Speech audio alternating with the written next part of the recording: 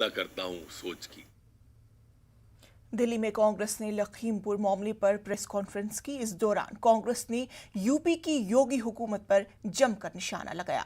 कांग्रेस ने यूपी हुकूमत को किसान मुखालिफ करार दिया है।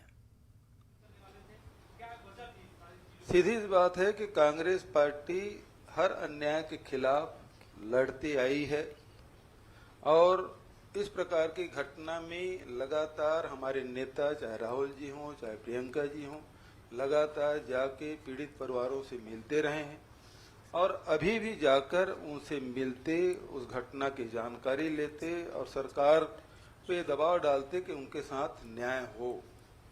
जिस प्रकार से कल केंद्रीय गृह राज्य मंत्री का जब बयान आया कि मेरे बेटा वहां था ही नहीं, तो बचाने की जो कोशिश हो रही है तो सबसे पहले से उसे हटाया जाना चाहिए, बर्खास्त किया जाना चाहिए।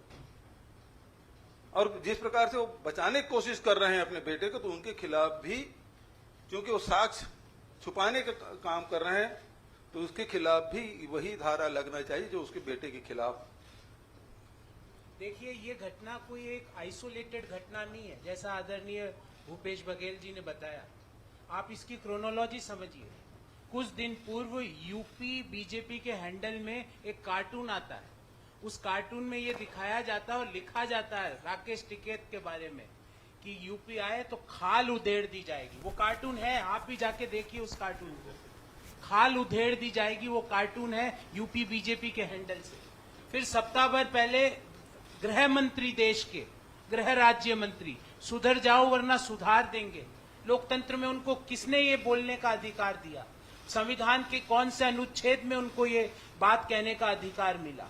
उसके बाद हरियाणा के संवैधानिक चुने हुए मुख्यमंत्री, जिसने संविधान की शपथ ली, वो अपने कार्यकर्ताओं को कहते हैं आंदोलनकारी किसानों का सर फोड़ो, जेल जाओ और नेता बनो।